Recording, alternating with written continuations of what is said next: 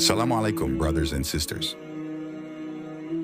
It seems impossible for all the residents of a village to convert to Islam just because of a hadith.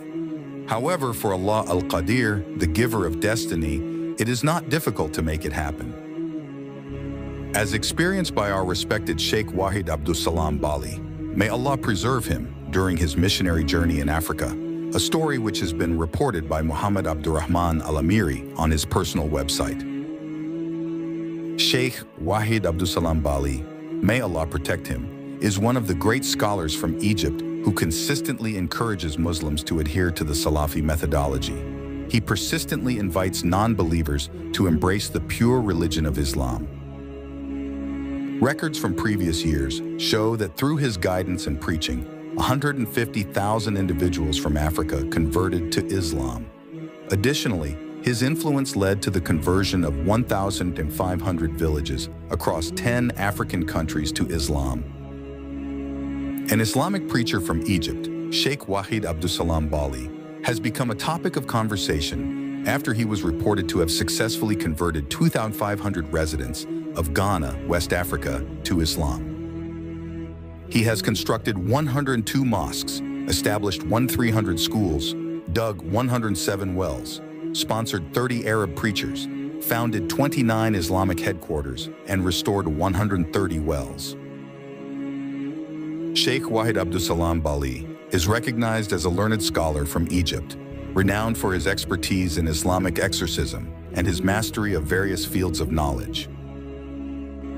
He has also authored books such as Al-Sharim Al-Batar, Fit Tashaddi Lis Saharat al-Ashrar, translated as Magic and Its Treatment According to Islam, Wiqayatul Insan Min al-Jinni wa Shaitan, translated as Protection of Humans from Jinn and Satan According to Islam, and Bidayatul Mutafaqih.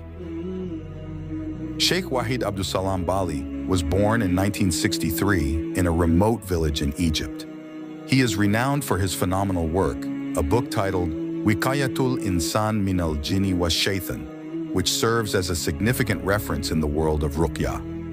Not many are aware that this book was written in a state of simplicity or concern. I wrote it by the light of an oil lamp at night, as there was no electricity in my village at that time, he said. During his college years, due to limited financial conditions, he divided his time into two parts, 3 days to attend lectures and 3 days to work as a manual laborer. His task was to lift stones and cement to the upper floors of apartment buildings. The income from this hard work was used to finance his daily life and buy books.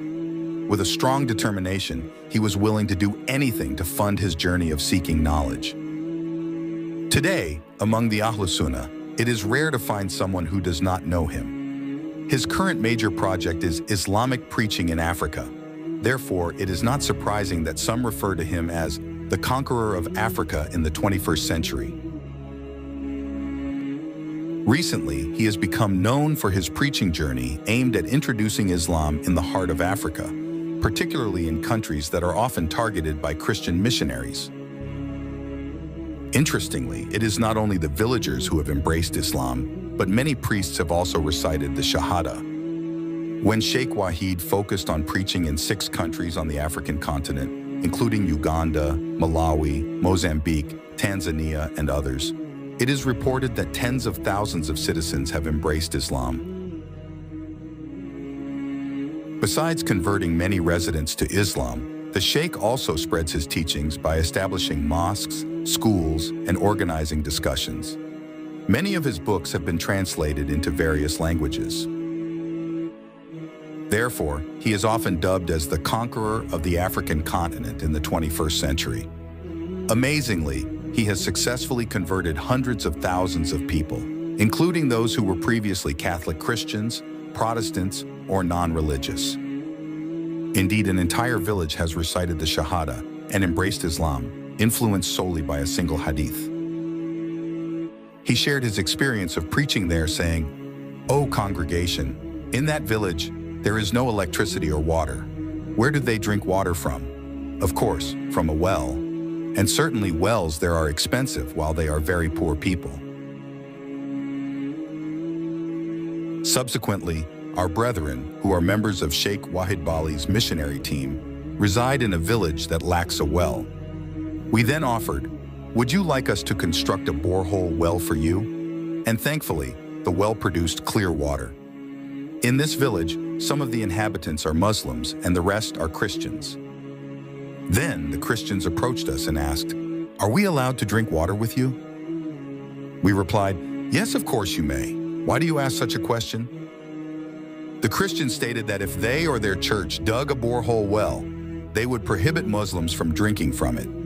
Only Christians are allowed to drink from that well, and if a Muslim wants to drink, they must first convert to Christianity. We declare, we are followers of Islam. Our Prophet, who is the messenger of the Islamic faith, peace be upon him, has stated that Muslims, and in one narration, all of humanity, have equal rights to three things: grass, water, and fire, as narrated in the Hadith by Abu Dawood. Whether you embrace Islam or not, you still have the right to drink with us. Indeed, we will continue to preach to you about the Islamic faith, but regardless of your beliefs, your right to drink with us remains respected. This is the teaching of Islam that we follow. After returning to their village, the Christians held a seminar to study the Muslims' attitude towards them. They concluded that Islam is a very noble religion, leading the entire village to decide to convert to Islam. By the grace of Allah, the wisdom of his preaching and his prudent views are astounding. It is no surprise that 150,000 people have embraced Islam due to his wisdom. Indeed, a well constructed with great expense and effort could be used for profit. However, in his wisdom, he made the well a right for all the people of the village, in accordance with the teachings of the Prophet, peace be upon him, and ultimately, the entire village converted to Islam. Islam has been a part of the history and social life of the African continent since the time of Prophet Muhammad. From its spread to regions such as Ethiopia, Egypt, and West Africa, the religion has seen significant growth. Today, Islam is one of the largest religions in Africa, with hundreds of millions of adherents. In South Africa, Islam was introduced by traders and Muslim refugees. History records that the Indian community present in South Africa in the late 17th to 18th century contributed significantly to the Muslim population in the region. Islam is considered an answer to social and economic problems, teaching concepts of zakat, charity, and endowment that attract young people to leave the harsh life involving drugs, gambling, and alcohol.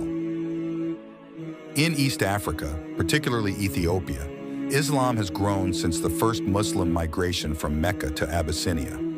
The king of Abyssinia welcomed the Muslims with open arms, and since then, Islam has flourished in the region.